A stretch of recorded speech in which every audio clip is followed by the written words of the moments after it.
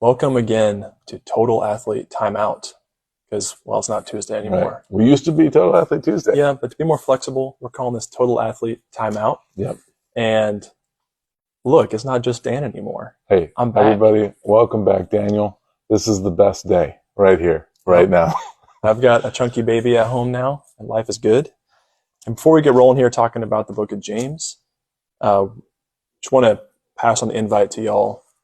Come to Puerto Rico with us. Atletas in Action, Puerto Rico. We're going over spring break, March 7th through 14th, for an evangelistically based mission trip to the island of Puerto Rico. Just go on our profile and swipe down. You'll see lots of videos and info, but we'd love if you came with us. You're going to grow a lot, have a lot of fun. Yeah, and, we've got some awesome people. We've got a number of people going already, so Yeah, you won't be alone. You'll have a blast for sure. But yeah, look down in the videos that are coming up. Yeah. Okay, Daniel. So we're back. We're back. And this semester we're looking at the book of James. We are. Man, this book. So I was reading through the what do you call it? The intro to the book, and my study Bible says that it focuses on practical action in the life of faith, and it says the pages of James are filled with direct commands, and he makes no excuses for those who do not walk their talk. In the mind of this early church leader, Christians evidence their faith by walking in certain ways and not others. Yeah. This book is intense. And honestly, for many people that maybe have left the faith or don't like Christianity, almost the number one complaint they have is Christians are such hypocrites. They don't practice what they preach. They say that it's all about love, but they hate, et cetera, et cetera. And this book of James gets right at the heart of that. Don't deceive yourselves. Don't think that you can just hear this stuff, say you believe it, but not live it out. People will see right through that. And actually, we're memorizing. What verse are we memorizing? Yeah, memorizing James 1:22, which says, "But be doers of the word, and not hearers only, deceiving yourselves. For if anyone is a hearer of the word and not a doer, he is like a man who looks intently at his natural face in a mirror. For he looks at himself and goes away and at once forgets what he was like." Yeah, James does not give us the option of saying we believe and then not living it out. And this book, I've been listening to it on my morning walks past couple months. So I don't know, I've probably listened to it like 40 times now. It's been a lot. But what we did on Monday night, it was interesting. We spent the first part of the meeting and we just read it straight through. I timed it. It took us 13 minutes and 18 seconds. Yeah. So it doesn't take long. I'd read it, give it a read. But what was amazing to me is that as many times as I've listened to this now, how something new, it seems like something new always stands out. So what stood out to you, Daniel, from this reading this past week? Woof. Lots of stuff, but especially James chapter 3 talks about taming the tongue and how the tongue, your speech, how you use your words, is really what controls the entire course of your life. And especially verses 5 and 6 talk about, it says, "How great a forest is set ablaze by such a small fire, and the tongue is a fire, a world of unrighteousness. The tongue is set among our members, staining the whole body, setting on fire the entire course of life, and set on fire by hell." Later on it says, "No human being can tame the tongue." Wonder what James really thinks. Yeah. And why that hit me, it's extremely strong language. The tongue is a fire, set on fire by hell.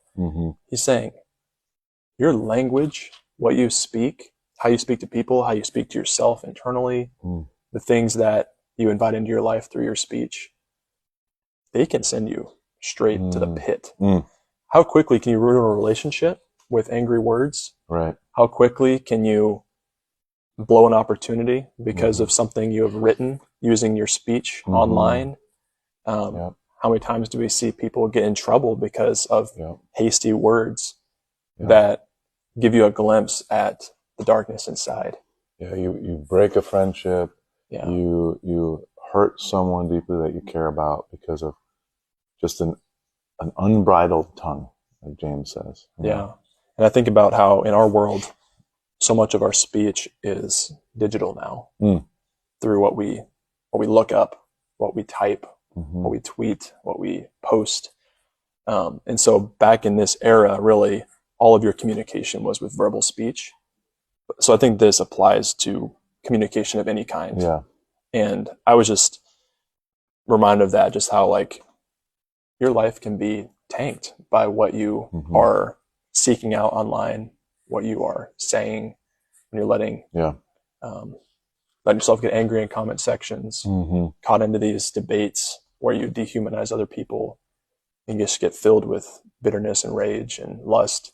Yep. So that was really challenging to me, just like where I'm at in my life, like my internal monologue that I can have can be pretty bitter, pretty angry a lot of the time, even though I don't let those things out.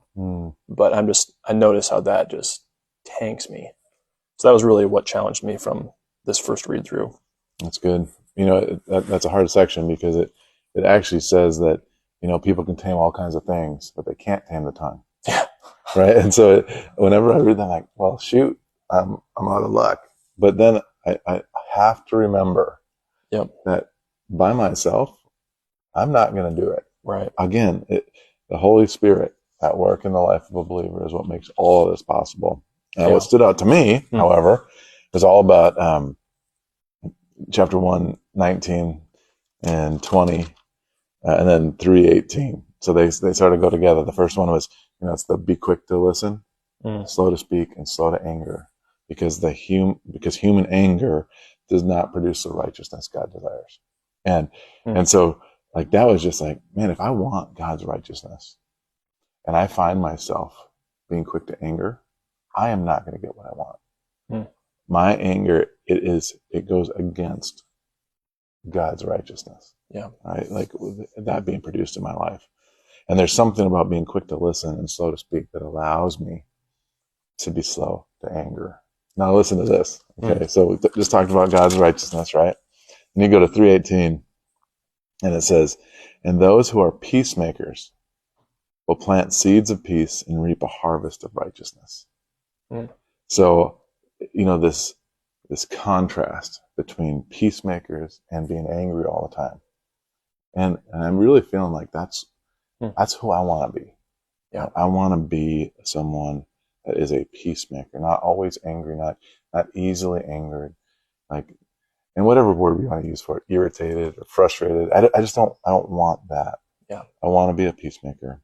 And then God promises that we'll reap a harvest of righteousness. That's the good life. That's the good life. And how often in practice or in a game are you put in a position to get angry? Maybe you thought you were very deserving of that starting spot, but it's not given to you. Right. And you think, man, my coach is a you-know-what. And you let that anger just taint everything, and you're not loving your teammates well. Yeah. You're letting bitterness eat you up. Yeah. And man, this study of James is going to have so much practical application for life and sport. Yeah. And I've heard a lot of athletes will talk about how there's a sense that you almost have to get angry to play your best. And I would actually, I'm just going to suggest that as we study this book, we're going to find that playing your best shouldn't be and doesn't need to be dependent upon anger. Like there's better motivations out there. Yeah. So come on Mondays. We'll talk more about this. Yeah. This has been Total Athlete Timeout. And our goal is to help you grow into total athletes, well-developed mentally, physically, and spiritually. And if you're someone just watching this, you want to get connected, definitely shoot us a DM. We'd love to help you grow in your faith as an athlete. Once again, come to Puerto Rico with us. We'd love to have you. And thanks. We'll see you soon.